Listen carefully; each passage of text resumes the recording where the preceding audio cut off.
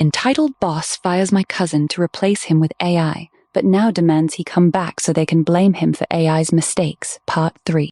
David's manager apparently let the French clients believe that the reports they received were written by a real employee, with David's manager then trying to argue to the clients that an AI employee is still a real employee. David believes that his former employer is trying to bring back employees, not just to get them to fix their mistake, but also to pin the blame for management's and AI's mistakes on them as well. Sorry if this was more of just a rant of how ridiculous David's former employer was, but I'm more baffled at how David's manager fired him, replaced him with AI, and then has the chutzpah to try to demand that he come back to them just so they can pin the blame on him and get David and his team to fix their mistakes. To summarize, my cousin David, 33 male, was fired back in February because the company he worked for replaced him with AI.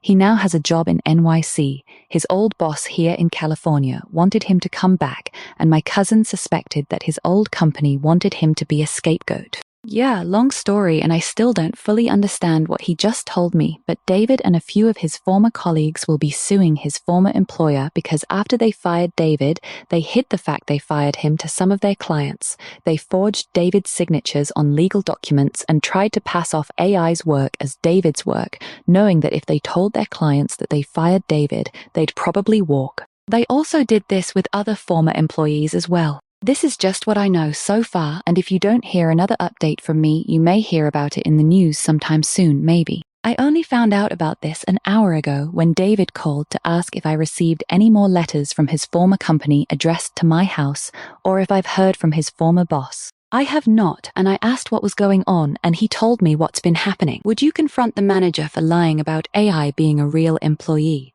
Subscribe to the Reddit Echo for more stories.